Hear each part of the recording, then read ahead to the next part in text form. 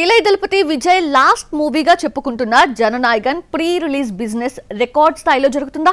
అప్పుడే లాభాలను తెచ్చిపెట్టేస్తుందా? భగవంత్ కేసరిని దళపతి మక్కీ దించేయబోతున్నాడా? విజయ్ పొలిటికల్ ఎంట్రీకి ఈ మూవీ యూజ్ అవుతుందా? రజనీ కమల్ తర్వాత కోలీవుడ్ ప్రేక్షకులకు అత్యంత ఆరాధించే నటుడు Vijay. Not only Kollywood, overseas లో కూడా విపరీతమైన ఫ్యాన్ బేస్ ఉన్న హీరో. అత్యధిక ఫ్యాన్స్ సంఘాలున్న నటుడు కూడా అతడే.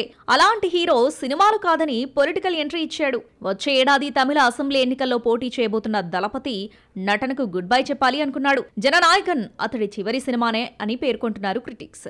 అందుకే ఈ సినిమాపై విపరీతమైన హైప్ బజ్ ఉంది. దీన్నే క్యాష్ చేసుకుంటుంది టీం కూడా. ఈ సినిమాకు ఇప్పటికే కోట్లలో ప్రీ రిలీజ్ బిజినెస్ జరిగినట్లు కోలీవుడ్ సర్కిల్స్ లో గట్టిగానే టాక్.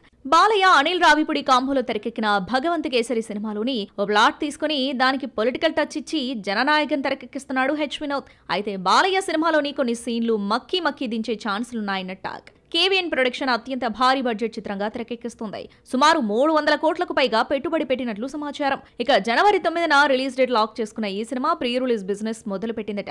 ఓటీటీ రైట్స్ 110 నుండి 120 కోట్ల వరకు ప్రముఖ డిజిటల్ సంస్థ కొనుగోలు చేసినట్లు తెలుస్తోంది. థియేట్రికల్ రైట్స్ విషయంలోనూ దూకుడుగా వ్యవహరిస్తుంది Jana Nayagan team. Tamil Nadu, Kerala theatrical rights 115 కోట్లు సోల్డ్ అయినట్లు తెలుస్తోంది. అలాగే మొత్తం ఓవర్సీస్ 78 కోట్లు, ఆడియో 35 కోట్లకు అమ్ముడైనట్లు సమాచారం. అంటే ఇప్పటి వరకు నియర్లీ 350 కోట్ల ప్రీ రిలీజ్ బిజినెస్ జరిగిందట. అంటే బడ్జెట్ డబ్బులు హక్కుల రూపంలో తిరిగొచ్చాయని, ఇక ఇప్పటి నుండి జరిగే డీలింగ్ అంతా లాభాలే అంటుంది. అయితే రైట్స్ అమ్మేయగానే పండుగ కాదని, గత విజయ్ సినిమాల ఈ బొమ్మ థియేటర్లోకి సాఫీగా రాకపోవచ్చని, రాజకీయ ఒత్తిళ్లు ఇతర సమస్యలను అధిగమించి వచ్చినా ప్రజలను మెప్పించగలిగినప్పుడే విజయ్ విజయం సాధించగలడన్నది క్రిటిక్స్ వాదన.